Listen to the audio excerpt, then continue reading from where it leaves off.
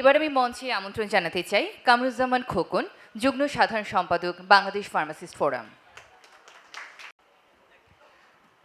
আসসালামু আলাইকুম। আজকের অনুষ্ঠানের অতিথিবৃন্দ, অনেক সময় চলে গেল, আমি আসলে বেশি কথা বলার নেই। আমি Mohammad Kamruzzaman Khokon, joint secretary, Bangladesh pharmacist forum.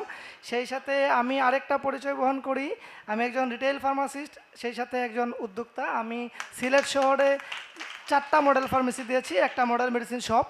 তো আমি এখানে আমাদের আজকের প্রধান অতিথি মহোদয় একটা কথা অত্যন্ত গুরুত্বের সাথে শুরু করেছিলেন, পরে অবশ্যই কথাটা কেটে নিলেন, যে মডেল ফার্মেসি একটা প্রজেক্ট ছিল যেখানে আমাদের ফার্মাসিস্টদের কাজ করা একটা অফার সুযোগ এসেছিল, কিন্তু সেই প্রজেক্টটা হয়তো আলোর মুখ বেশি দিন দেখে নাই।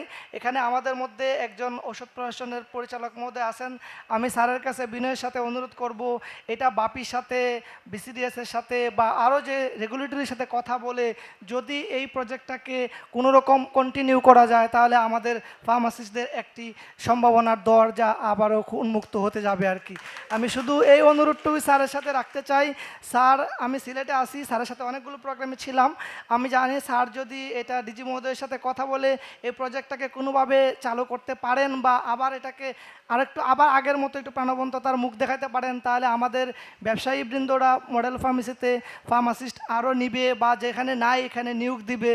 এটা একটা বাপির সাথে একটা কমিউনিকেশনের ব্যাপার আছে, এখানে একটা গ্যাপ আছে। স্যার এটা ভালো জানেন। যদি এই ব্যাপারটা স্যার দেখেন, আমরা সকল ফার্মাসিস্টদের উপকৃত হব। আমি এই বলে